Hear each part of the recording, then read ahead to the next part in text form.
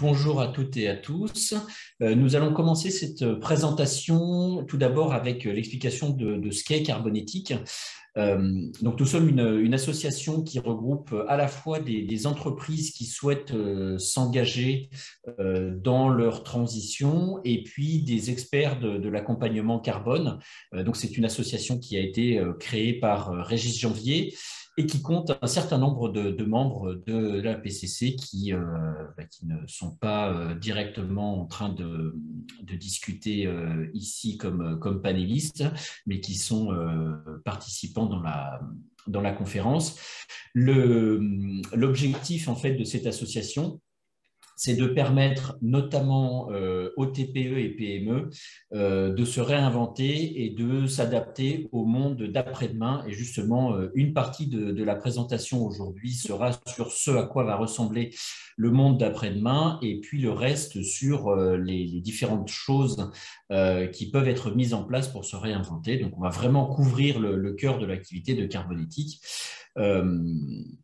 Et donc, je vais passer directement, pour savoir ce que sera le monde d'après-demain, eh bien, à faire une petite synthèse sur ce que nous savons de la progression du changement climatique, tout simplement parce que cet été, au mois d'août, a été publié l'assessment report numéro 6 du GIEC, uniquement la partie 1 étant justement tout ce qui est description de la compréhension des phénomènes du changement climatique et puis du niveau auquel on est arrivé et puis des principaux scénarios de ce qui va arriver pour le reste du XXIe siècle. Et donc, ce rapport d'évaluation commence par une affirmation qui est la plus nette et la plus claire depuis tous les rapports du GIEC, qui est que sans aucune équivoque possible, l'activité humaine influence le climat. Il a contribué à réchauffer l'atmosphère et les océans. Et ce rapport d'évaluation met à jour aussi les différentes trajectoires vers lesquelles nous pourrions nous diriger en fonction des activités, du niveau d'activité en fait, que les humains décident d'avoir d'ici à 2100. J'ai eu un affichage, j'ai eu un petit trou de connexion, désolé. Donc, comme je le disais, le tout premier scénario, qui est le scénario le plus radical en termes de réduction des émissions de gaz à effet de serre, nous amène à un changement climatique de l'ordre de 1,4 degré d'ici 2100. Ce scénario-là est nouveau et extrêmement ambitieux en termes de réduction des émissions de gaz à effet de serre. On a ensuite le scénario 2.6 qui nous amène à 1,8 degrés de changement climatique et tous les autres qui nous font dépasser les 2 degrés sur lesquels je vais revenir. Alors, ce rapport d'évaluation, c'est aussi donc une mise à jour de ce qu'on appelle les budgets carbone, c'est-à-dire que si on veut rester, comme je viens de montrer dans les scénarios, en dessous de 1,5 ou en dessous de 2 degrés de changement climatique d'ici à 2100, eh bien, on ne peut pas dépasser une certaine quantité d'émissions de gaz à effet de serre. Alors ici, elles sont données uniquement en émissions propres de CO2, sans tous les autres. Et donc, ces budgets sont donnés dans les rapports d'évaluation du GIEC. Ce budget est de 400 milliards de tonnes de CO2 pour rester en dessous de 1,5 degré. Il est de 1150 milliards de tonnes de CO2 pour rester en dessous de 2 degrés. Pour vous donner un ordre de grandeur, l'homme, au niveau d'utilisation des énergies fossiles, a déjà émis 2400 milliards de tonnes de CO2 dans l'atmosphère dans les 2 derniers siècles. Et donc, ces budgets, on peut les retracer sous une forme en fait, de diminution régulière de X% tous les ans jusqu'à la fin du siècle. Et puis, ça nous donne une idée de l'effort en fait, de réduction des émissions de gaz à effet de serre d'ici la fin du siècle. Donc, typiquement, pour arriver à une quasi-neutralité carbone d'ici 2080 et respecter ces 11 150 gigatonnes de CO2 cela représente un rythme de diminution de presque un peu plus de 2,5 par an pour le scénario en dessous de 2 degrés. Et puis, pour rester en dessous de 1,5 degré, là, l'effort est beaucoup plus conséquent puisqu'on a besoin d'un rythme de diminution de 8,5% de réduction tous les ans, strictement tous les ans, jusqu'à, là, cette fois-ci, 2060, puisque pour rester à 1,5 degré, on a besoin d'atteindre la neutralité carbone plus tôt. Alors, comment cela se traduit pour un futur beaucoup plus proche? Là, on parle de la deuxième moitié du XXIe siècle, mais pour demain matin, pour 2030, qu'est-ce que cela induit? Cela induit des émissions à 2030, soit de l'ordre de 30 milliards de tonnes de CO2 par an, soit de l'ordre de 15 milliards de tonnes de CO2 par an. Et cela fait une moyenne mondiale d'empreinte carbone pour les habitants de la Terre de l'ordre de 5 tonnes de gaz à effet de serre par an et par habitant pour le scénario 2 degrés et de 3 tonnes seulement pour le scénario 1,5 degré. Alors,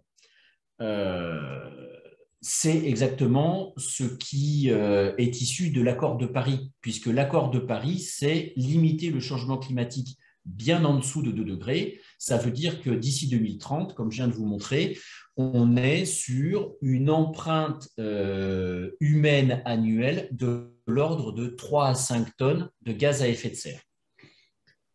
Ah, j'ai perdu le contrôle. Voilà. Donc, juste pour vous rappeler, l'empreinte moyenne actuelle d'un Français, elle est au-delà de 10 tonnes. Elle est juste au-dessus de 10 tonnes.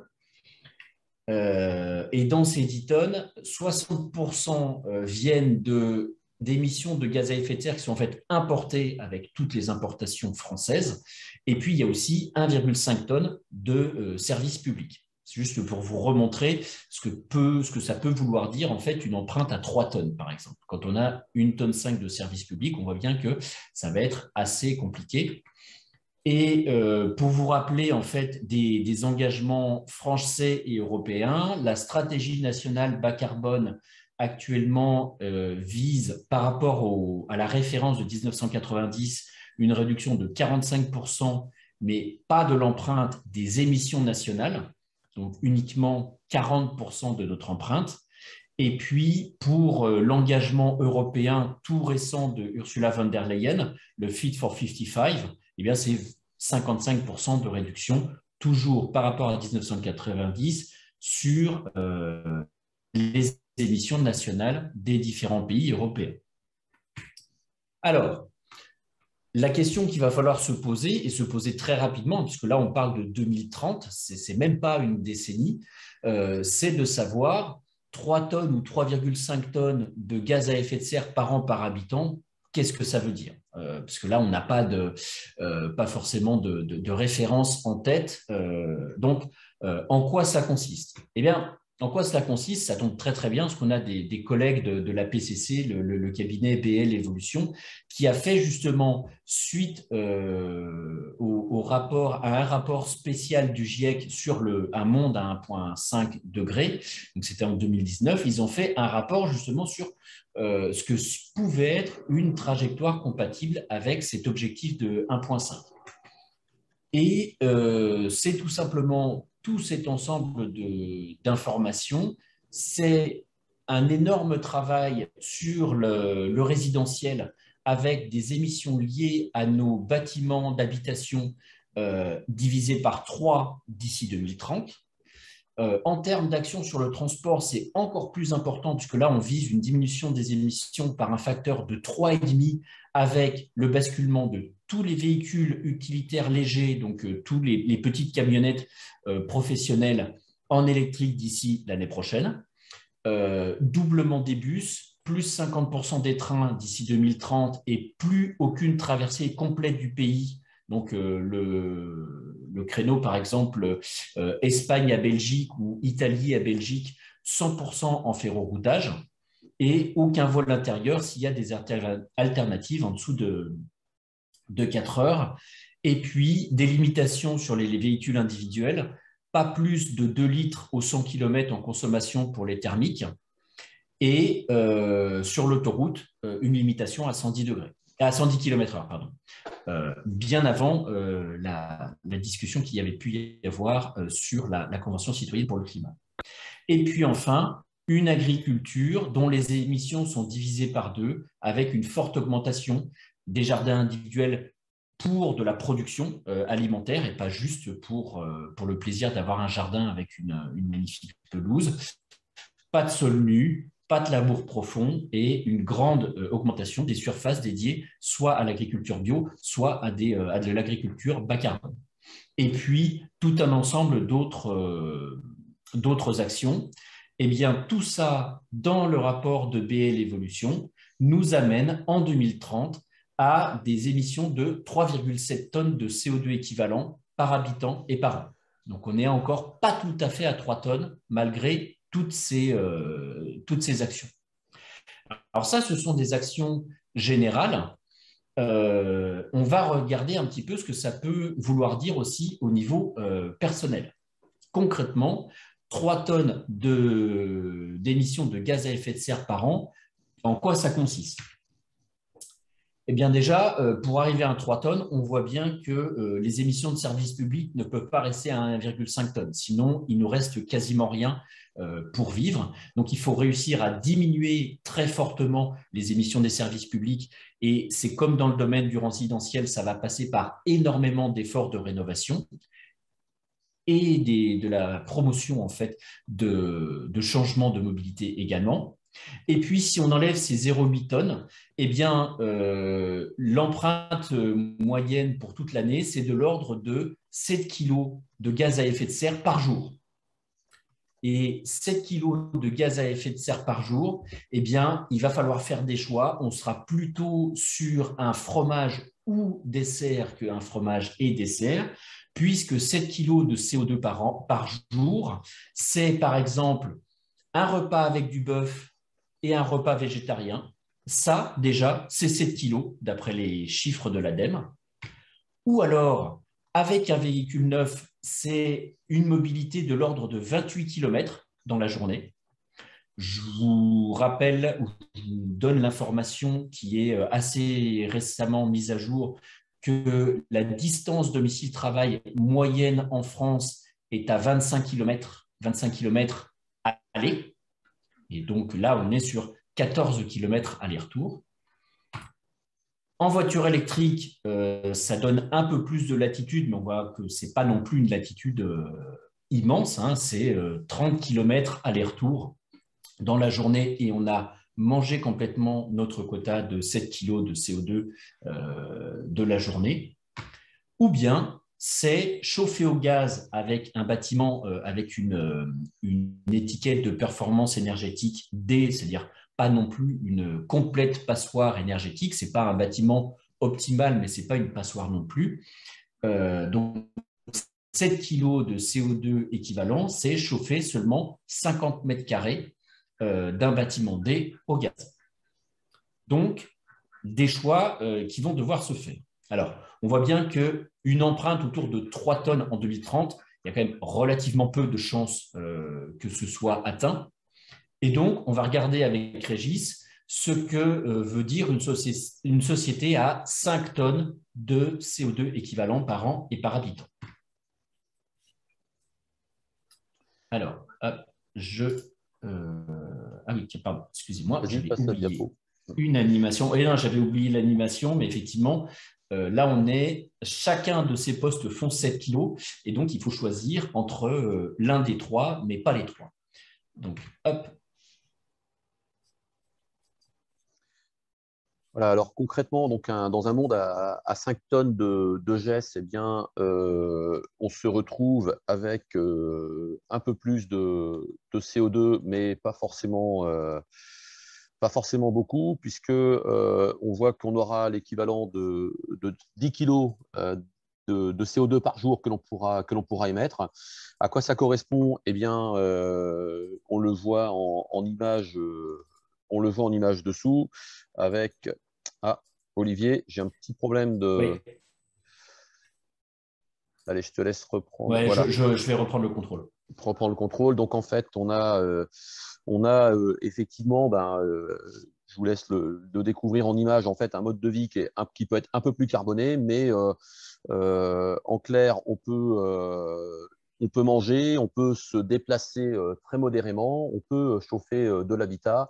Par contre, le voyage en avion type Punta Cana pour aller prendre le soleil, qui équivaut rien qu'en termes de transport aérien à 2 tonnes de CO2 aller-retour, eh bien 2 tonnes de CO2 une fois par an, c'est l'équivalent de 5,5 kilos par jour. Et on voit bien que ça, du coup, ce n'est plus possible dans un monde où nous limitons nos émissions de gaz à effet de serre à 5 tonnes par personne et par an. Voilà. Donc, on voit qu'il y a quand même un certain nombre d'activités qui, dans un monde où nous limitons nos émissions de gaz à effet de serre, deviennent difficilement possibles et en tout cas, elles ne sont certainement pas réalisables par la majorité de la population. Alors, je vais reprendre la main. Donc, vous avez dans votre fenêtre Zoom la possibilité en fait d'avoir un quiz. Et voici la question de qui veut gagner des millions. Hop, pardon. Donc, qui a dit il faut dire que la transition énergétique ne se fera pas sans difficulté, ce sera une route chaoteuse. Est-ce que c'est Bono? Est-ce que c'est ma belle-sœur végane? Est-ce que c'est Fatih Birol ou est-ce que c'est Yannick Jadot? Est-ce qu'Olivier, tu as bien la visibilité sur les résultats, toi, de ton Alors, côté? moi, j'ai le sondage, mais je n'ai pas les résultats pour l'instant. D'accord. C'est peut-être, alors je vais attendre encore un peu parce que là, on n'a que 76 réponses sur 114 participants. Et quand je vais arrêter sur mettre fin au sondage, peut-être que tu auras les résultats, sinon je les annoncerai à voix haute. Bon, a priori,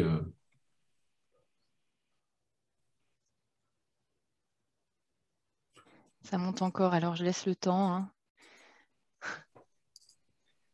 alors, par contre, je vois que, juste un petit message pour Régis, je n'arrive pas à faire les réponses sur le questions et réponses pour l'instant, tant que j'ai le contrôle. Et donc, il y avait une question de Michel Moulet. On mélange CO2 et gaz à effet de serre. En fait, les budgets carbone tels que décrits dans les rapports du GIEC sont en CO2 pur. C'est pour ça que j'ai parlé de CO2 uniquement dans la partie budget carbone pour rester en dessous de 1,5 et 2 degrés. Par contre, ensuite, pour tout ce qui est empreinte, etc., on parle de gaz à effet de serre totaux, c'est-à-dire CO2 à 3/4, mais aussi tous les autres, méthane, protoxyde d'azote, etc. Je pense qu'on peut arrêter le sondage ici. Euh, voilà. Ah, intéressant, intéressant. Alors, la réponse, c'est Fatih Birol, mais toute la question est de savoir qui est Fatih Birol, et c'est pour ça que j'ai fait ce petit questionnaire. Non, il ne s'agit pas d'un politicien écologiste ou de ma belle-sœur végane, etc. Celui qui a dit que la route serait chaoteuse n'est autre que le directeur exécutif de l'Agence internationale de l'énergie, qui justement suit au niveau international l'empreinte carbone des énergies utilisées partout dans le monde, un site qui regroupe beaucoup d'informations qui est très intéressant. Et donc non, ce n'est pas un politicien français qui a dit ça, mais c'est un directeur international de l'Agence internationale de l'énergie. Deuxième question, qui a dit les entreprises qui ignorent la crise climatique feront faillite. Est-ce qu'il s'agit de Greta Thunberg? Est-ce qu'il s'agit de Mark Carney? Est-ce qu'il s'agit de Sandrine Rousseau ou de mon voisin écolo barbu? J'ai lancé le sondage, hein. Oui. Alors, est-ce que... Ah oui, non, mais c'est ça. J'ai trouvé la bêtise que j'avais faite.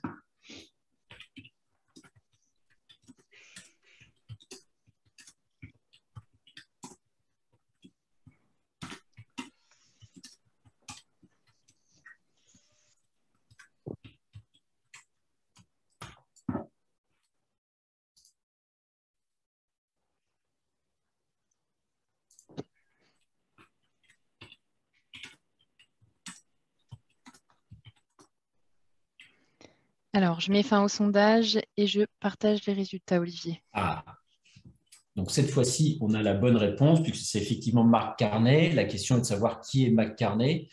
Mark Carney, c'est tout simplement l'ex-gouverneur de la Banque centrale du Canada, puis de la Banque centrale d'Angleterre. Et donc là encore, hein, c'est bien une figure internationale importante et c'est là où je voulais en venir surtout, non pas une personne du monde politique, mouvement écologiste, etc., mais bien un gouverneur de banque centrale qui dit bien que les entreprises qui ne se préparent pas à faire face au changement climatique feront faillite. Et c'est bien pour ça que nous faisons cette intervention sur la sobriété carbone. Puisque, donc, en tenant compte de ces deux remarques, que la route sera compliquée et que ceux qui choisissent de ne pas prendre cette route feront faillite, eh bien, on voit que la décarbonation, c'est une affaire de pérennité de l'activité de l'entreprise via la pression réglementaire qui va augmenter, parce que forcément, quand on a un package Fit for 55, par exemple en Europe, et on voit bien que ça s'accompagnera fatalement de réglementations additionnelles pour limiter les émissions de gaz à effet de serre. Par la pression extérieure, que ce soit une présentation des clients, vos clients peut-être seraient soumis à une réglementation qui imposerait que vous vous décarboniez aussi par effet de ricochet ou par la pression sociale. Et puis, cela peut venir aussi de la prise de conscience du dirigeant lui-même de l'entreprise qui souhaite adapter son activité pour qu'elle soit toujours pérenne, pas dans 30 ou 100 ans, mais ne serait-ce qu'en 2030. Et 2030, c'est uniquement dans 8 ans. Le problème, c'est qu'une activité économique aujourd'hui, elle est très simple. C'est une activité économique, c'est de l'énergie, donc c'est des gaz à effet de serre. Et si on prend la fameuse équation de Kaya qui est utilisée par à peu près tout le monde dans le domaine du Conseil climat, eh bien, on a 3 leviers. Soit on réduit la quantité d'activité par habitant, soit on a des activités qui sont plus efficientes, c'est-à-dire qu'on utilise moins d'énergie, moins de kilowattheures pour chacune de nos activités, soit on réduit l'intensité carbone des énergies qui sont utilisées. Le problème, c'est que le miracle de l'intensité carbone réduite dans l'énergie, pour l'instant, il n'a pas lieu. 85% de l'énergie consommée dans le monde est toujours d'origine fossile. Je vous donne la répartition justement de l'IEA, donc de l'International Energy Agency.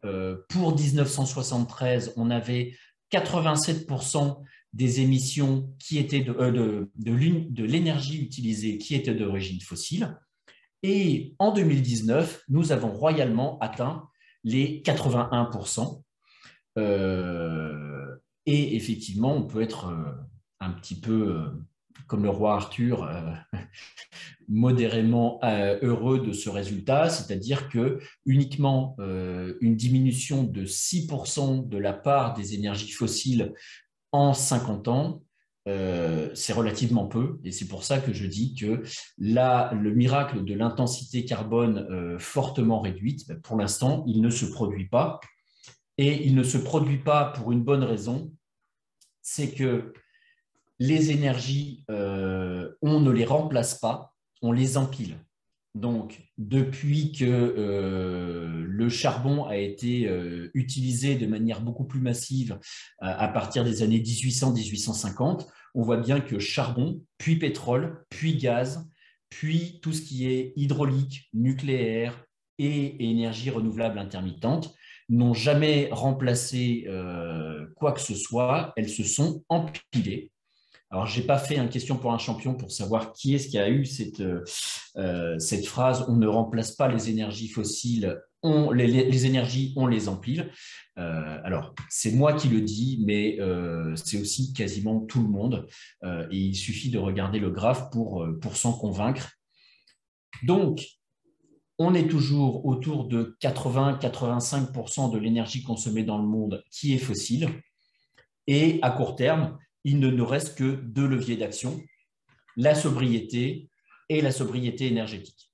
Voilà pourquoi toute cette introduction amène finalement à la conséquence de la sobriété. Et c'est la partie sur laquelle Régis va intervenir maintenant.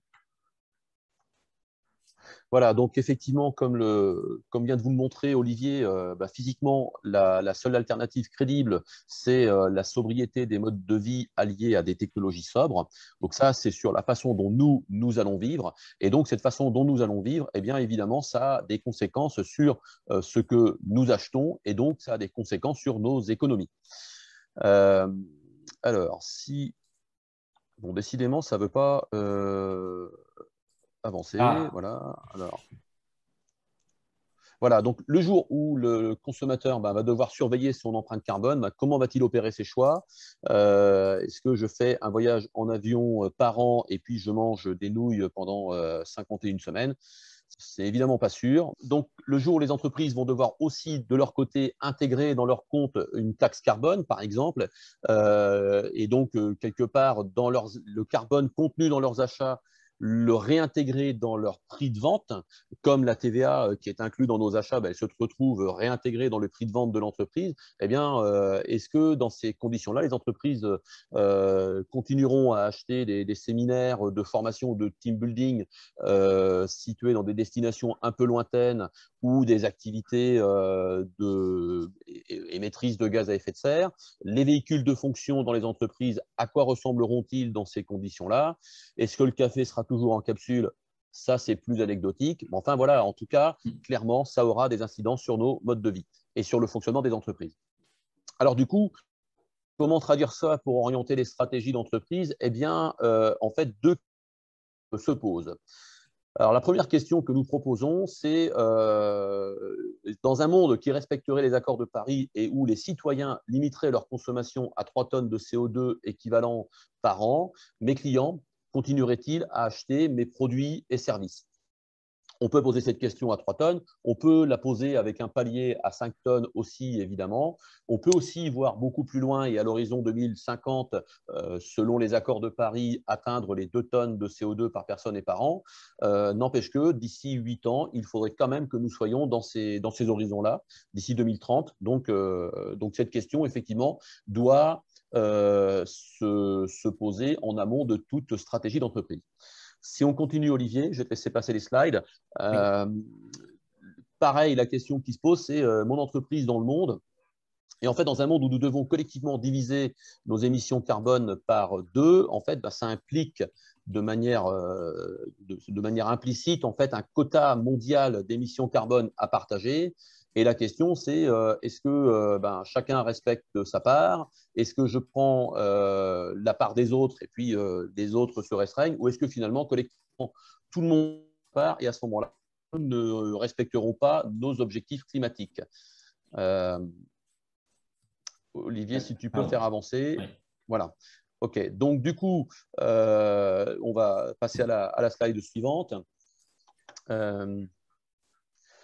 Dit autrement, donc, dans notre futur proche est sous une double contrainte. Donc, d'une part, des limites physiques, d'autre part, des injonctions éthiques, et nous ne pouvons ignorer ni les unes ni les autres. Et effectivement, de l'injonction éthique, on glisse en ce moment beaucoup plus rapidement que prévu sur la contrainte juridique. Le contexte juridique est en train d'évoluer et je vais vous donner 2 exemples qui datent en fait des toutes dernières semaines. Les deux sont du mois d'octobre de cette année. C'est l'affaire du siècle où il y avait eu déjà un premier positionnement du tribunal administratif de Paris qui reconnaissait donc le préjudice climatique et les manquements de l'État en termes de suivi et d'atteinte des objectifs de la stratégie nationale bas carbone. Et il y a 15 jours, le tribunal administratif s'est de nouveau positionné pour sommer l'État d'agir et de rattraper en fait son retard. Alors, en fait, il y avait un retard de diminution des émissions de gaz à effet de serre par rapport à la stratégie nationale bas carbone. L'État est sommé de rattraper son retard d'ici la fin de l'année prochaine et donc doit trouver en une seule année 15 millions de tonnes de CO2 équivalentes à économiser, ce qui est une quantité assez énorme. Le deuxième point, c'est l'ONU avec, au niveau du Conseil des droits de l'homme, le 8 octobre dernier, la reconnaissance comme droit fondamental le droit à un environnement propre, sain et durable. Durable est le mot qui est important. Et la création d'un poste de rapporteur spécifique sur les droits de l'homme face à ces conséquences climatiques. Ce qui fait que le droit environnemental en un mois vient de connaître une accélération sans précédent et que les politiques de décarbonation peuvent aujourd'hui s'étayer sur la base de protection des droits de l'homme. Mais l'inverse est aussi vrai, c'est-à-dire que toute inaction pourrait aujourd'hui, avec ces deux avancées de ce mois-ci, faire l'objet de sanctions et de sanctions à diverses échelles, que ce soit au niveau de la France ou au niveau international, liées à ces deux décisions de justice. Alors, je vois un petit commentaire, donc je vais y répondre tout de suite. Sur l'ordre de grandeur de réduction qui est demandé par le tribunal administratif, qui a effectivement été divisé par 4, tout simplement parce qu'il a été jugé que l'année 2020, qui a été très particulière et qui a des émissions qui n'étaient pas du tout en ligne avec les émissions historiques de 2018-2019, l'année Covid a coup de chance pour l'État français, entre guillemets, a servi en fait à éponger une partie du retard. Mais malgré une année aussi réduite comme celle de 2020, eh bien, il reste encore 15 millions de tonnes de CO2 d'économie à aller chercher d'ici la fin de l'année prochaine, ce qui est assez énorme. Alors, la question maintenant pour les entreprises, c'est de savoir, face à ces changements de contexte, comment agir? Alors effectivement, donc comment agir et comment adapter en fait les entreprises? Eh bien, d'abord, première étape, ça se situe dans l'axe mesurer, comprendre. Et la seconde étape, c'est évidemment se mettre en mouvement. Alors, comment on transpose ça en action? Eh bien, d'une manière classique, nous avons dans les entreprises une démarche qui consiste à mesurer, définir des plans d'action, mettre en œuvre ces plans d'action. Et démarche classique, en fait, effectivement, on est dans une logique de progrès permanent, mesurer, définir, mettre en œuvre des plans d'action, mais on est toujours sur une démarche qui reste linéaire. Aujourd'hui, eh bien, il faut envisager des démarches qui soient un petit peu différentes pour avoir un vrai impact. Donc, d'une part, comprendre réellement les enjeux mondiaux, poser la question du contexte mondial, poser la question de l'impact de son entreprise dans ce contexte mondial. Et puis, effectivement, est-ce que mon entreprise peut continuer telle qu'elle est là dans le contexte mondial? Dans les questions du public, il y a une question qui est, on sait ce que représente le tourisme au niveau de l'économie mondiale. Oui, le tourisme aujourd'hui représente quelque chose d'important dans l'économie mondiale, mais peut-être que demain, le tourisme soit ne représentera plus la même chose dans l'économie mondiale, soit aura complètement changé de forme. Et donc, repenser la place de son entreprise dans le monde, c'est changer de vision, c'est agir en conséquence et c'est, si besoin, bifurquer, c'est-à-dire en fait transformer son modèle économique pour qu'il soit compatible avec les enjeux climatiques. Voilà. Et donc, effectivement, la différence entre ces deux démarches, c'est l'intention. En fait, est-ce que l'on veut continuer finalement sur un modèle économique qui fonctionne ou est-ce qu'on souhaite réellement prendre en compte les enjeux climatiques et donc, à ce moment-là, bifurquer, changer complètement son modèle économique? C'est la question. Alors, dans les différentes étapes, évidemment, la première étape, c'est de mesurer, c'est faire le bilan de ces émissions de gaz à effet de serre. Ça correspond d'une part à des contraintes qui peuvent être réglementaires. Également, on peut aussi avoir des pressions de la part, ou des demandes en tout cas, de la part de ses clients ou de la part des consommateurs. Et puis, bien sûr, cela aussi peut correspondre à la volonté des dirigeants, mais ça peut être aussi la volonté pourquoi pas aussi dans l'entreprise, de salariés ou d'autres parties prenantes qui disent finalement on a envie de prendre en compte les émissions de gaz à effet de serre dans la stratégie d'entreprise. On va donc faire un bilan, c'est d'une part un point d'état initial. Et puis, c'est une base, en fait, tout simplement pour se poser les questions sur le futur et donc, effectivement, repenser un nouveau modèle économique. On va continuer. Donc, mesurer son empreinte carbone quand on est une entreprise, ce n'est pas seulement s'arrêter à son scope 3, prendre en compte en fait les émissions, alors scope 1, scope 2 liés à l'énergie, mais scope 3 lié également à la mobilité, aux fournitures, à la consommation d'énergie de ses produits chez ses clients, mais c'est aussi de poser la question de son nombre climatique. L'exemple un petit peu caricatural, c'est le publicitaire qui est en télétravail. En télétravail, on a une empreinte carbone qui est évidemment très faible puisqu'il y a peu de mobilité.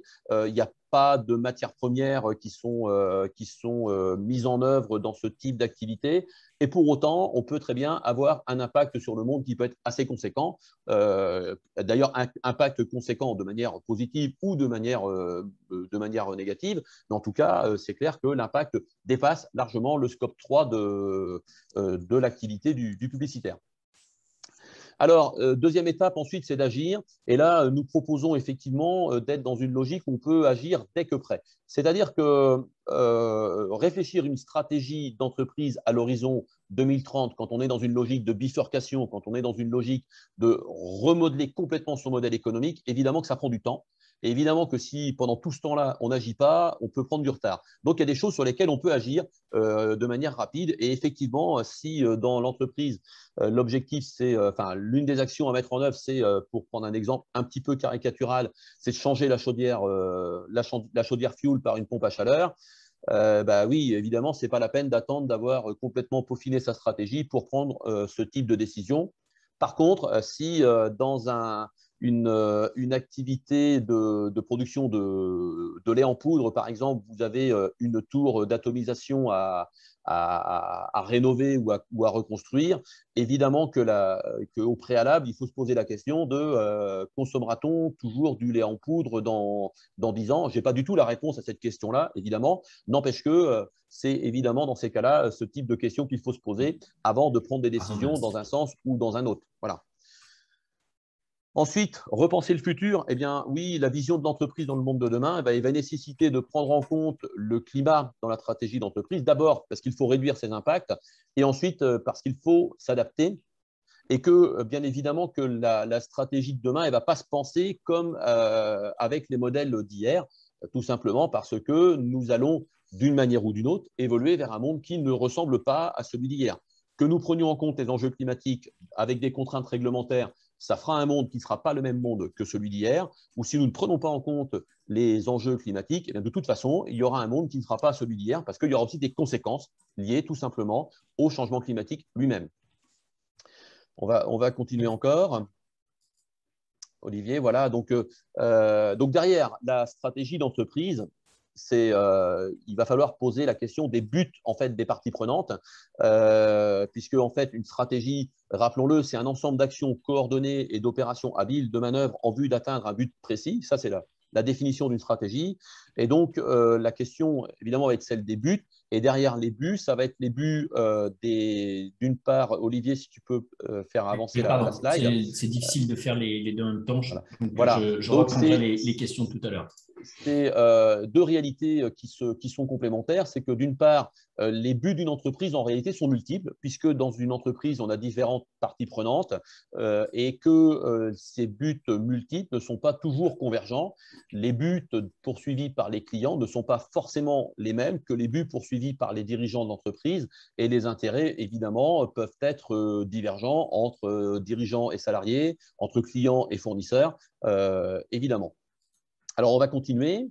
Donc, penser une stratégie, c'est donc définir des buts, faire des scénarios en fonction de contexte et puis mettre en œuvre des actions adaptées. Donc, on va, dans une première étape, parler des buts. Donc, Olivier, si tu peux à nouveau avancer. Voilà, donc chaque partie prenante poursuit ses propres buts et nous allons nous intéresser là à deux types de parties prenantes. D'une part, ceux qui paient, ceux qui font vivre l'entreprise, et donc ce sont les clients, et d'autre part, ceux qui font tourner l'entreprise, si vous permettez cette expression, ce sont d'une part les salariés, et puis d'autre part les dirigeants, actionnaires et associés qui s'investissent dans l'entreprise. Alors, les buts pour les actionnaires associés et salariés, eh bien, ils vont être de quel ordre? D'une part, des gains, puisque aujourd'hui, évidemment, quand on travaille, c'est pour obtenir une contrepartie qui va être une rémunération, un traitement, des dividendes, en tout cas, il y a cette notion de rémunération. Il y a aussi une notion de pérennité. La sécurité de l'emploi pour les uns et la valeur patrimoniale de l'entreprise pour les autres. Mais ce sera aussi, bien sûr, d'autres aspects comme la satisfaction, la fierté, une raison de se lever le matin. Enfin bref, voilà, d'autres aspects. Si on continue, Olivier, les attentes donc, de ces parties prenantes, donc de ceux qui font tourner l'entreprise, eh bien, en fait, elles sont en mouvement. Puisqu'aujourd'hui encore, l'aspect gain immédiat est privilégié à cette notion de sécurité et de pérennité. Demain, cette notion de sécurisation et de pérennité va prendre du poids. Et donc, les questions qui se posent, vous en avez trois là, hein, c'est comment penser la rétribution dans un monde où l'on consomme moins. Est-ce que demain, le salaire reste le mode de rétribution principal, le retour principal des gens qui travaillent dans une entreprise? Est-ce que l'équité dans une entreprise est un levier de résilience? Et puis, est-ce que les entreprises ont la responsabilité de réinvestir leurs bénéfices, quand elles en font, dans la décarbonation? Trois questions qui se posent sur le partage de la valeur ajoutée. Concernant les clients, bien évidemment, un client, quand il fait appel à une entreprise, quand il achète quelque chose, voilà, les principaux critères, prix, qualité, délai, ça c'est connu, mais le contenu en carbone est quelque chose qui va s'y ajouter, d'une part pour des raisons éthiques, c'est l'une des qualités attendues, mais d'autre part aussi parce que si demain il y a une taxe sur le carbone, forcément le client sera attentif à cette valeur. Alors, dans le monde d'hier, eh bien, pas d'entreprise sans client. Dans le monde de demain, pas d'entreprise sans client. Donc, évidemment, les attentes du client sont à prendre en compte et pas de client sans besoin à satisfaire. Et ces besoins, leur volume va être limité par, d'une part, de la disponibilité des ressources, des contraintes réglementaires et des habitudes de consommation. Alors, sur ces trois sujets-là, la disponibilité en ressources, les contraintes réglementaires, évidemment, on y est habitué. On vit dans un monde où il y a des contraintes réglementaires et évidemment qu'on ne peut pas vendre tout et n'importe quoi sans respecter les contraintes réglementaires. Les habitudes de consommation sont évidemment l'un des drivers de l'économie. Ça, nous y sommes aussi habitués. Et puis, nous avons vu dans cet épisode post-Covid que la disponibilité des ressources peut aussi influer sur l'activité des entreprises, puisque pas de ressources, pas de possibilité d'apporter le service aux clients, et donc effectivement, ce serait une limite à l'activité de l'entreprise. Voilà, on passe à la suivante, Olivier. Alors, du coup, comment intégrer ça dans une stratégie bas carbone? Eh bien, c'est d'être au service de clients sobres en carbone et d'être utile avec de la parcimonie carbone, donc repenser les besoins d'une part et repenser la manière d'y répondre d'autre part. Alors, du coup, nous vous proposons pour ça de passer de la notion de raison d'être à la notion d'utilité et en fait de considérer qu'une entreprise répond à des utilités et ces utilités répondent à des besoins. Les besoins qui sont plus ou moins prioritaires. Donc, disposer d'un toit pour dormir, c'est prioritaire, évidemment, mais est-ce que disposer d'une salle de ping-pong sous ce toit, je n'ai évidemment rien contre les joueurs de ping-pong, bien sûr, mais est-ce que c'est toujours aussi prioritaire? Eh bien, peut-être moins. Donc, Olivier, on va passer à la slide suivante encore. Voilà, donc nous proposons en fait de classer les besoins. Bon, vous reconnaissez de manière simplifiée une pyramide de Maslow avec des besoins prioritaires d'un côté, des besoins de convenance, voire de luxe au-dessus. Et évidemment qu'entre le prioritaire et la convenance, il n'y a aucun jugement de valeur derrière ça. Nous avons tous des besoins qui sont des besoins plus de convenance et qui ne sont pas prioritaires.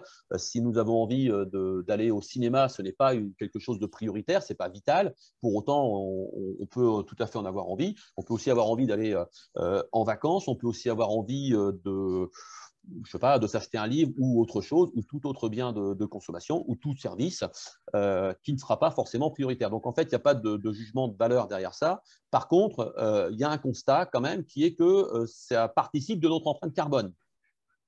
Et que les besoins, vous voyez une pyramide de Maslow de notre empreinte carbone qui est juste à côté, on voit bien que répondre à nos besoins physiologiques, c'est une part, c'est 11% de notre empreinte carbone. Les besoins de sécurité, c'est-à-dire qui permet de sécuriser le besoin physiologique.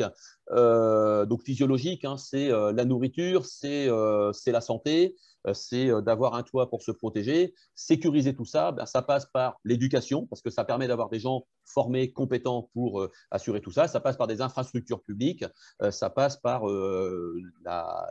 bien aussi la police, la sécurité au sens très sécuritaire du terme, qui en fait partie aussi. Voilà, donc en fait, ces besoins-là sont minoritaires dans notre empreinte carbone. Viennent ensuite des besoins d'appartenance, c'est-à-dire en fait de côtoyer nos semblables, donc rendre visite à sa famille, aller voir ses amis, tout ça, ce sont des besoins d'appartenance. Et évidemment, ben, tout le reste, c'est de l'accomplissement personnel, voire de l'affirmation de statut social, ce qui représente quasiment 50% de notre empreinte carbone.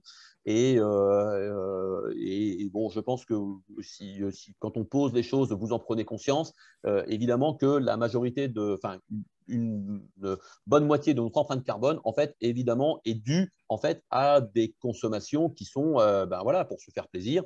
Et puis, ben, dans un monde où le climat n'est pas un problème, ça ne serait pas grave. Enfin, nous sommes dans un monde où nous avons un problème climatique. Alors, donc, par rapport à ça, pour une entreprise, comment on fait pour se positionner sur ce sujet-là? Eh bien, soit nous répondons à des besoins qui sont strictement prioritaires, soit nous répondons, et c'est la majorité des entreprises, à des besoins qui sont des besoins plutôt de convenance. Et puis, ben, ces besoins, nous allons les classer sur l'axe des abscisses selon leur intensité carbone. Et puis, il y a une zone qu'on va appeler la zone du carbolux, où ce sont des besoins de convenance, qui sont des besoins très carbonés. Et évidemment, bah, la question se pose de la pérennité de ces besoins pour demain. Et on voit bien, alors, nous avons mis un hélicoptère pour illustrer, encore une fois, de manière très caricaturale le propos. Mais si demain, le SAMU a besoin d'un hélicoptère pour emmener une personne à l'hôpital pour sauver une vie, on est bien dans quelque chose de prioritaire. Si j'utilise un hélicoptère pour faire un baptême de l'air, à ce moment-là, on n'est plus dans quelque chose de prioritaire, on est dans quelque chose de convenance.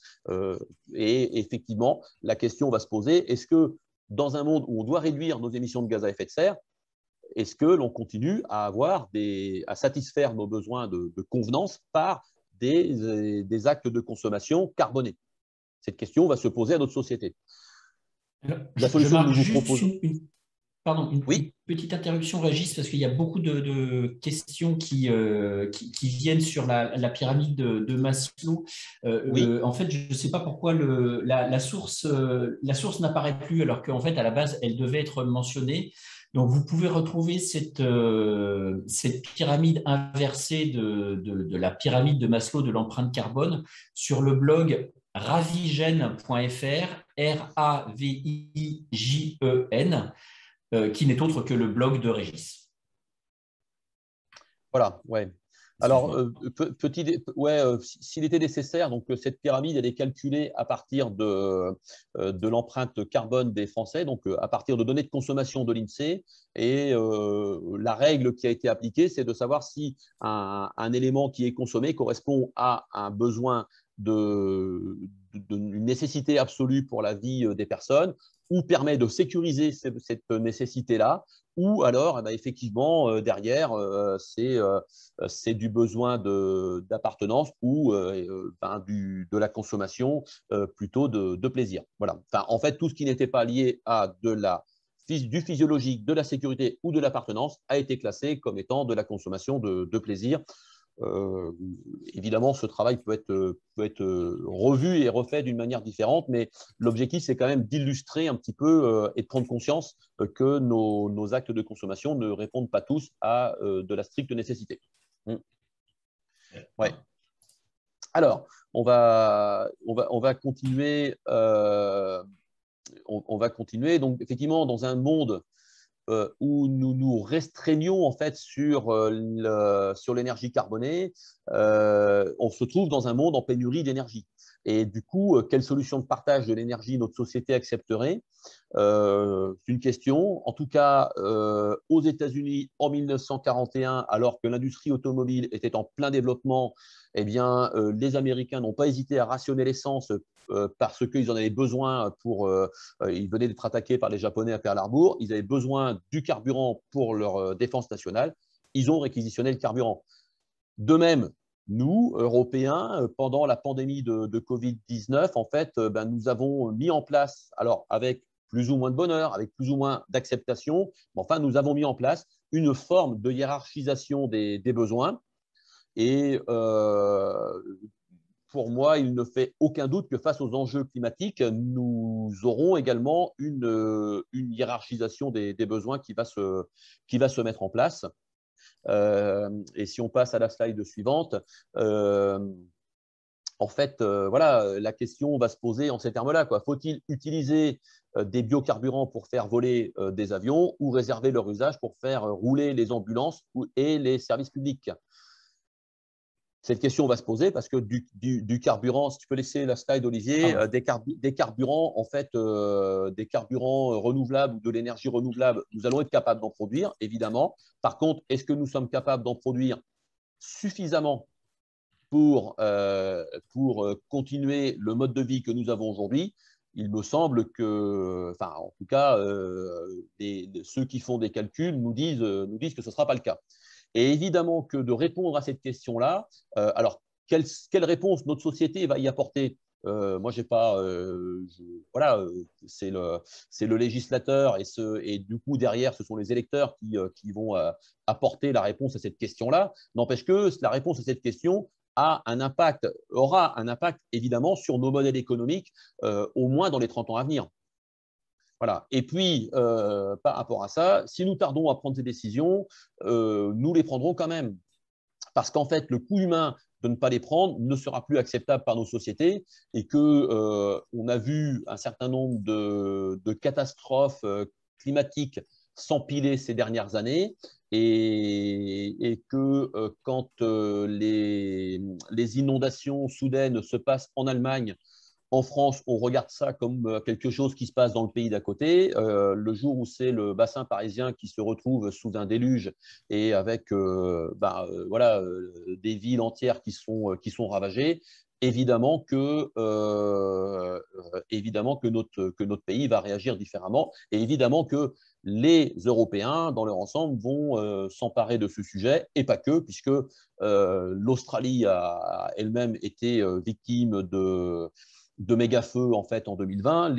La côte ouest des États-Unis subit également ces ravages. Donc en fait, l'ensemble des sociétés sont confrontées à cela. La Chine prend, alors évidemment là-bas, ce n'est pas sous forme de débat démocratique que ça se passe, non, parce que des décisions sont prises également en Chine. Voilà.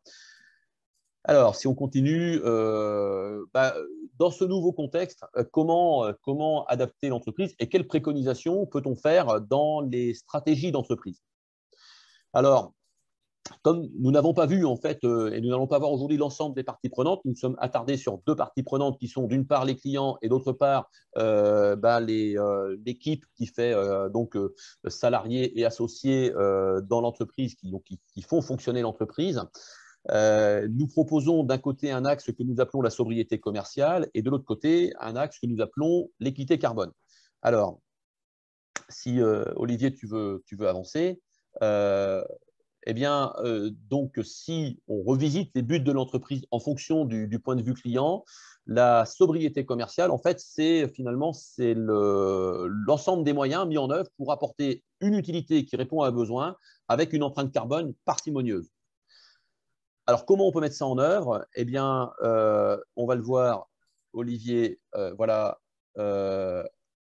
si tu fais défiler, Oui. voilà, d'une part Je par pense du que ça, conseil, donc informer les clients sur le contenu en carbone de ce que l'on vend, faire des préconisations également sur l'utilisation des produits pour, par exemple, sur du textile, ben, on pourrait, alors actuellement, une entreprise que nous accompagnons envisage en fait, sur les produits qu'elle vend, d'indiquer une durée minimale d'utilisation de telle sorte que ben, le vêtement, en fait, son empreinte carbone soit répartie sur cette durée minimale et donc dans les fameux 10 kilos par jour ne représente pas plus de 500 grammes par jour. Voilà. Donc en fait, l'objectif, c'est ça aussi. C'est comment on va éduquer ses clients sur des durées minimales d'utilisation. Alors évidemment, ça veut dire derrière qu'on vendra peut-être un peu moins de produits neufs. Par contre, ben, on va apporter du service pour faire durer le produit. Sur du textile, ben, ça peut être de la réparation, de l'entretien, mais ça peut être aussi des services pour certains équipements, plutôt que de les vendre, de les louer ou de les proposer en copropriété. Et puis, ça peut être aussi des services simplement de mise à niveau de certains produits. Et je pense par exemple au secteur de l'informatique où aujourd'hui, quand un ordinateur, dernière mise à jour de Windows, il n'est plus utilisable, eh bien, peut-être qu'il y a des solutions qui passent par des systèmes d'exploitation alternatifs, par exemple, qui permettent de mettre à jour des ordinateurs qui sont devenus obsolètes pour qu'ils puissent être utilisés à nouveau par les clients. Voilà. Ça passe aussi par de l'innovation et donc disposer de nouvelles utilités qui vont être moins carbonées. Nous avons accompagné récemment une entreprise qui est dans le secteur médical et qui a trouvé une nouvelle méthode pour transporter en fait certains produits qui avant devaient être transportés à moins 30 degrés, donc en utilisant de la carboglace, c'est-à-dire de la neige carbonique pour faire des colis qui restent à moins 30 degrés. Eh bien, cette entreprise a trouvé une solution de lyophilisation de ces produits et ce qui permet de les transporter à température ambiante, donc de manière beaucoup moins carbonée. Voilà. Et puis, alors, évidemment, derrière, ça questionne l'honnêteté des pratiques. Alors, évidemment, la grande majorité des entreprises travaillent avec honnêteté, mais enfin, on a tous entendu parler de l'obsolescence programmée. Donc, en fait, des produits qui sont conçus pour ne pas être durables. Ça, dans un monde où nous devons veiller à réduire notre empreinte carbone et où nous devons accompagner nos clients pour qu'ils réduisent leur empreinte carbone, évidemment, ça fait partie des choses qui ne sont plus acceptables, en tout cas du point de vue du client. C'est clair que le but du client, ce n'est pas d'avoir une entreprise qui lui vend de l'obsolescence programmée. Alors, on va avancer sur les buts. Donc, alors, sur le côté équité et rétribution décarbonée, Olivier, je vais te laisser faire avancer le… Voilà. Alors, être équitable dans l'entreprise et mettre en place des modes de rétribution incitant à une vie sobre en carbone. Est-ce que ce sont des leviers de résilience? Eh bien, on peut évidemment penser que oui. Bon, d'une part, travailler sur la rétribution. Beaucoup d'entreprises qui sont dans le domaine du service ou du conseil, en fait, l'empreinte carbone de la consommation des personnes qui travaillent dans l'entreprise dépasse l'empreinte carbone de l'entreprise. Si on reprend notre publicitaire en télétravail de tout à l'heure, le mode de vie de la vie personnelle du publicitaire est certainement beaucoup plus carboné que son activité professionnelle. Donc, en fait, les entreprises ont un rôle à jouer aussi sur cette notion de rétribution décarbonée. Alors, quels sont les leviers à disposition d'une entreprise? Bon, d'abord, dans les entreprises, il y a souvent de l'épargne salariale. Ça peut passer par proposer dans l'épargne salariale eh bien, des placements qui vont prendre en compte ce côté carbone et pas uniquement le côté rentabilité. En tout cas, ça doit être de le proposer. Ça peut être aussi de proposer, quand on est sur des cadeaux de fin d'année, des cadeaux décarbonés. Ça peut être aussi de proposer pour les vacances, par exemple, plutôt que des primes de vacances, eh bien, des titres de transport type train pour justement décarboner les congés, les vacances du personnel. Ça, ce sont des choses qui progressivement se mettent en place dans les entreprises. Et enfin, alors la notion d'équité, pourquoi parler de l'équité? Tout simplement parce que réduire en fait l'empreinte carbone de la consommation, d'une certaine manière, évidemment, ça veut dire moins consommer. Et pour le dire de façon un petit peu brutale, c'est se serrer la ceinture. Et ça, ce n'est acceptable dans une société qu'à partir du moment où il y a une forme d'équité, quoi.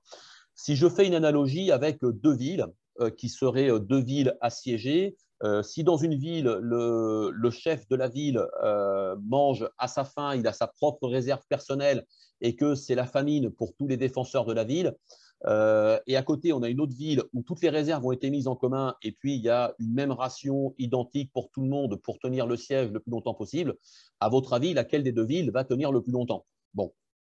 Donc évidemment que cette notion d'équité, elle est nécessaire pour que l'entreprise dure. Alors cette notion d'équité, elle fait aussi le lien avec la notion de rétribution décarbonée. Je ne l'ai pas cité tout à l'heure dans la rétribution décarbonée, mais enfin, les véhicules de fonction, par exemple, aujourd'hui sont souvent d'une certaine manière un marqueur de la hiérarchie dans l'entreprise. Peut-être que demain, il faut évoluer vers des véhicules qui soient systématiquement les moins carbonés possibles et du coup les mêmes pour tout le monde. Voilà. Donc en fait, ces deux choses-là sont liées par ce type de sujet. Par exemple, le véhicule de fonction en fait partie. Voilà. On va avancer, arriver à la partie échange. Donc, c'est ça. Merci pour votre écoute et donc à votre disposition pour répondre à vos questions. Alors, pendant que vous tapez vos questions, je vais répondre à celle de Laure Joly, qui visiblement a aimé ce webinaire. Donc, pour ce qui est passage à l'échelle, etc., et puis partager les propositions de carbonétique, il se trouve que justement, Régis fait personnellement partie du mouvement, donc du cercle des jeunes dirigeants, le CJD, et qui est justement un regroupement d'entreprises plutôt de type TPE-PME. Donc, on n'est pas du côté MEDEF, mais un MEDEF des petites et moyennes entreprises. Il y a des discussions au niveau de regroupement en fait d'entreprises au niveau des CCI. Régis est déjà intervenu dans des CCI, donc le but est bien de faire ça. On est en discussion aussi par exemple avec quelque chose qui s'est mis en place, qui est la convention des entreprises pour le climat. Et puis, comme tous les autres acteurs de la PCC, on essaye d'être présent le plus possible sur ce terrain. Ouais. Tu prends la question de Delphine ? Oui, alors effectivement, nous accompagnons principalement des TPE, PME, et c'est pour ça aussi que dans les parties prenantes, vous avez remarqué que, en fait, d'un côté, les actionnaires de l'entreprise qui sont souvent dans une TPE, des associés et qui travaillent dans l'entreprise, en fait, sont regroupés en fait dans la même case que les salariés. Alors même si évidemment les intérêts sont divergents entre patrons et salariés, n'empêche qu'il y a quand même une forme de communauté d'intérêts dans la pérennité de l'entreprise entre les deux. En tout cas, c'est clairement le cas quand on est à l'échelle de la TPE. Alors, il y avait une autre question également. Je prends question de Julien qui demande de détailler l'ombre climatique et en fait de dire en quoi cette ombre climatique diffère du scope 3. Alors, l'ombre, effectivement, dans le scope 3, on pourrait avoir un scope 3 très élargi qui pourrait ressembler un petit peu à cette notion d'ombre climatique. Moi, je vais prendre une entreprise qui fait de la maîtrise d'œuvre en bâtiment et qui va construire, par exemple, des bâtiments dans une zone d'activité commerciale. À un moment donné, si on veut faire calculer en fait le bilan carbone de l'entreprise, on va poser des limites. En fait, on va définir le périmètre. Et quand on définit le périmètre, eh bien, doit-on inclure dans ce périmètre le fonctionnement ensuite du magasin et donc la mobilité des clients qui viennent dans ce magasin, ou est-ce qu'on va s'arrêter en fait à la partie construction et on va considérer que la mobilité des personnes qui viennent dans le magasin et le fonctionnement du magasin pendant les années suivantes doivent rentrer dans le scope 3. Pour ma part, je préfère arrêter le scope 3 sur un périmètre sur lequel on peut vraiment agir. Et ensuite de dire, bah, attention, là-dessus, vous pouvez agir, mais par contre, derrière, si vous construisez un magasin, ce magasin, voilà, demain, vous avez une forme d'ombre climatique qui est là. Et puis surtout, bah, ça vous concerne parce que si demain, on arrête de… enfin, on réduit en fait justement ce type d'activité commerciale, eh bien peut-être que l'activité de l'entreprise va elle-même être réduite par ce biais-là. Voilà. Merci Régis. Alors je vais revenir, il y avait avant la question de Julien, il y avait une question de Delphine sur le fait de bifurquer brutalement et sans qu'il y ait de contraintes réglementaires qui homogénéisent en fait les règles du jeu pour tout le monde. Oui. Et effectivement, c'est là le problème, c'est que Ouais. est-ce qu'on attend qu'il y ait quelque chose qui soit homogène et fair play, entre guillemets, pour tous les acteurs pour faire sa modification de trajectoire, ou est-ce qu'on le fait en premier en montrant qu'on est les premiers à le faire, qui est une manière marketing de montrer qu'on a bien compris le sujet et qu'on le fait avant qu'il y ait une contrainte réglementaire. C'est exactement ce que font par exemple les TPE et PME qui ont rejoint Carbonétique. Il n'y a pas aujourd'hui de règles pour faire ne serait-ce que des bilans carbone ou des bilans réglementaires d'émissions de gaz à effet de serre pour les entreprises de moins de 500 personnes.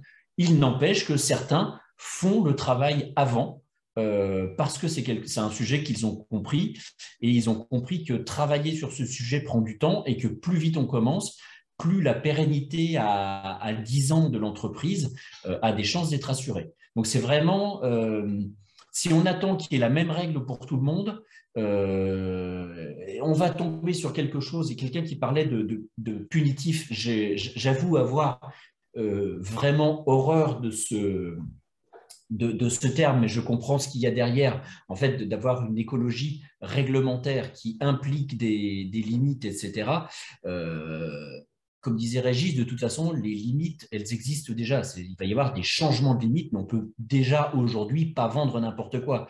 Je ne peux pas vous vendre un détachant de textile où il y a du benzène qui est cancérigène dedans. C'est déjà le cas. Donc, en fait, il va y avoir des évolutions réglementaires juste pour prendre en compte les gaz à effet de serre et on viendra compléter le cadre réglementaire. Mais les entreprises ont l'habitude de travailler avec un cadre réglementaire. Et je préfère réserver le mot punitif à une seule chose.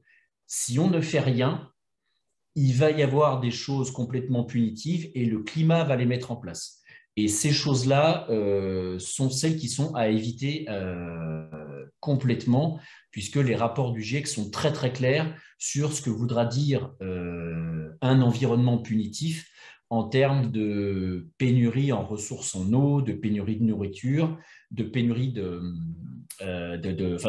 déstabilisation géopolitique et de guerre. Les rapports du GIEC parlent de guerre de ressources et pour moi, ils ont tout à fait raison. De toute façon, certaines de ces guerres, au moins des débuts de conflits, ont déjà lieu. Donc effectivement, c'est tout l'enjeu. Et ce qu'on attend, là aujourd'hui, ça fait 40 ans que les scientifiques du GIEC alertent sur le fait qu'il faut faire quelque chose. Mon impression à moi est que attendre encore, on va finir par toucher le mur. Alors ça, c'est dommage. C'est un graphe qu'on a ailleurs, mais qui n'est pas dans la présentation. Plus on attend, plus le pourcentage de réduction par an pour obtenir un objectif d'un climat à plus 1,5 ou plus de degrés est brutal. Donc, plus on attend, plus ce sera difficile. Et plus ce sera difficile, plus ce sera les chances d'avoir une transition qui est injuste, inéquitable, sera aussi augmentée. Donc, pour moi, il faut faire effectivement le plus vite possible. Et comme le dit quelqu'un dans le chat, il y a des interlocuteurs qui nous ont fait perdre une bonne quarantaine d'années au niveau compréhension scientifique du climat. Donc, il faudrait peut-être mieux accélérer plutôt que d'attendre que tout le monde ait les mêmes règles avec un petit hashtag total dans le chat. Alors, une question de Séverine de Fontaine. Est-ce que vous pouvez intervenir en entreprise auprès des comités de direction pour faire cette synthèse du dernier rapport du GIEC? Alors, là, je vais donner une réponse. Je m'excuse, Gaël, on va sortir un tout petit peu du cadre, mais il se trouve que Régis et moi faisons tous les deux partie d'un collectif citoyen. Donc, le CO2, c'est notre travail de la semaine, c'est notre travail du week-end aussi au sein du collectif citoyen pour le climat.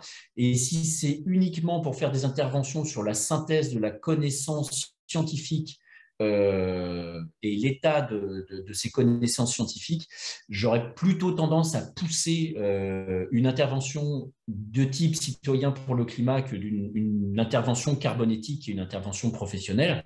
Après, de toute façon, une fois que le comité de direction a compris qu'il y a vraiment un enjeu de pérennité de l'entreprise, là, il y a un accompagnement qui est nécessaire et qui pourrait tout à fait se faire dans Carbonétique. Donc, on peut…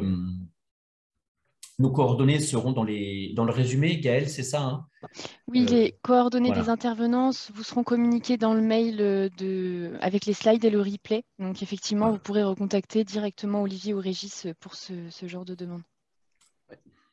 Alors, je vais prendre la question de Laura aussi, qui pose la question du coût, qui est un petit peu la même réponse. Quel est le coût de ne rien faire? Juste pour donner quelques exemples, les assurances, je ne sais pas si vous les avez vues, mais en tout cas, nous, ça nous est arrivé même sur notre collectif Citoyens pour le climat. Le contrat de notre assurance a été modifié le mois dernier en enlevant tout ce qui était pris en compte des risques pandémiques. Et le directeur, le PDG d'AXA a dit qu'un monde à plus 3 degrés n'était plus assurable. Donc, il y a effectivement le coût de faire cette transition, et c'est des coûts qui… Alors, quel est le coût moyen en industrie? Non, c'est impossible à dire parce que ça dépend complètement de l'activité. Il y a des activités qui sont très peu carbonées, il y en a qui sont très carbonées et qui doivent changer complètement leur procédé, donc avec des coûts de R&D gigantesques. Je pense notamment au domaine de l'industrie cimentière que je connais bien. C'est impossible de donner un coût moyen. Par contre, ce qui est sûr, c'est que le coût de ne rien faire, comme disait Mark Cartney, c'est pour l'entreprise la faillite. Et c'est donc bien là que l'enjeu se joue. Clairement, ne rien faire coûtera à terme beaucoup plus cher. Il y a une question, Régis, sur… Kevin qui pose plusieurs questions d'ordre général. Est-ce que réfléchir, agir sur la sobriété carbone et le modèle, avec le modèle actuel d'entreprise n'est pas un effort peu impactant?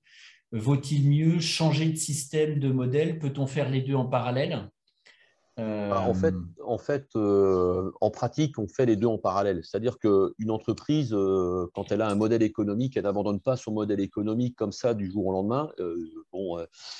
Tous les mois, il y a des factures à payer, tous les mois, il y a des salaires à verser. Donc, en fait, on ne change pas son modèle économique du jour au lendemain. Par contre, on va, à côté du modèle économique en place, développer de nouvelles activités.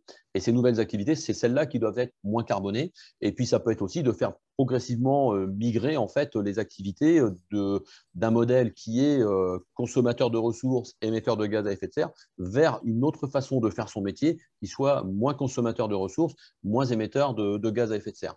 Et donc, effectivement, c'est pas, on arrête du jour au lendemain une activité pour la remplacer par une autre, mais c'est bien quelque chose qui se fait de manière continue et parallèle. Et c'est là où, effectivement, il faut se poser toutes ces questions-là maintenant, parce que en fait, faire bouger une entreprise, un modèle économique, en fait, ça ne se fait pas en quelques mois, ça se fait plutôt sur plusieurs années. Et donc, en fait, il faut pas prendre de retard sur ce sujet-là. Mais le principe, c'est plutôt celui-là, quoi. Et puis après, selon les secteurs d'activité, parfois, il peut y avoir dans certains secteurs des moments qui sont propices à des ruptures. et donc de changer complètement à un moment donné parce qu'il y a une évolution réglementaire, parce qu'on avait un client principal qu'on a perdu et on se réoriente vers autre chose. Enfin, voilà. Donc, en fait, il faut aussi jouer dans chaque entreprise en fait, avec des opportunités qui sont propres à une entreprise et pas à toutes. Alors, est-ce que j'ai répondu à quelques questions un petit peu plus courtes sur… Il y avait une question de… Alors, je peux bien répondre. Oui, vas-y. Il y a donc, Bruno Collard qui pose une question qui est tout à fait intéressante. En fait, quelles sont vos actions concrètes pour limiter vos empreintes carbone personnelles? Donc moi je peux y répondre de manière très concrète. Dans mon activité professionnelle, je limite en fait ma mobilité, puisque clairement quand on est prestataire de service, eh bien c'est le fait de se déplacer pour se rendre chez ses clients qui induit de l'empreinte, de l'impact carbone. Et donc aujourd'hui, de mon côté, je travaille essentiellement, alors au maximum avec de la visio ou des moyens numériques qui permettent de faire une prestation avec, certes, un impact carbone, mais enfin beaucoup moins élevé que quand on se déplace en voiture. Et enfin, l'essentiel de mes déplacements, de mon côté, je les fais principalement en train et en vélo. Et je mets jeudi et vendredi dernier, j'étais en déplacement et j'ai mis mon vélo dans le train pour aller là où je devais aller et puis ensuite me déplacer sur place en vélo. Voilà. Alors je profite des questions parce que je vois Michael Onillon qui est connecté. Michael qui avait accepté de participer à un atelier de l'APCC au Salon Pro Durable de l'année dernière et qui pose la question des travaux, propositions du Shift Project. Et puis juste avant, il y avait une question aussi sur… comment faire avancer en fait cette prise de conscience dans le public. Effectivement, donc le Shift fait un travail de vulgarisation que nous, avec Régis, on peut faire par exemple dans une autre structure qui est Citoyens pour le climat. Les associations, les collectifs font énormément sur ce transfert en fait des rapports du GIEC qui sont quand même assez indigestes, etc., en choses qui sont concrètes et pour la vie de tous les jours. Et c'est quelque part un petit peu malheureux dans le sens où cette éducation du grand public à l'enjeu climatique, il devrait se faire au niveau de l'État et pas au niveau des acteurs de type association, etc. Mais la place n'est pas prise, donc on fait le travail à la place, on accompagne par exemple l'enseignement pour faire des interventions dans les collèges, dans les lycées. Voilà, tout ça est intéressant. Le Shift, par exemple, fait un énorme travail pour montrer qu'en 2030, on peut vraiment diviser par deux les émissions de gaz à effet de serre en France, secteur par secteur, en donnant des propositions chiffrées de choses qu'il faudrait faire, etc. C'est un travail qui est énorme, qui s'appelle le plan de transition de l'économie française, le PTEF, à laquelle j'ai pu participer sur certains morceaux. Donc oui, c'est le travail que font les gens et je peux vous dire que au sein des membres de la PCC ou même de l'équipe d'animation de la PCC à laquelle Gaël appartient, il y a beaucoup de monde qui fait comme nous du climat ou du CO2 la semaine et aussi du climat et du CO2 le week-end dans différentes associations. Voilà.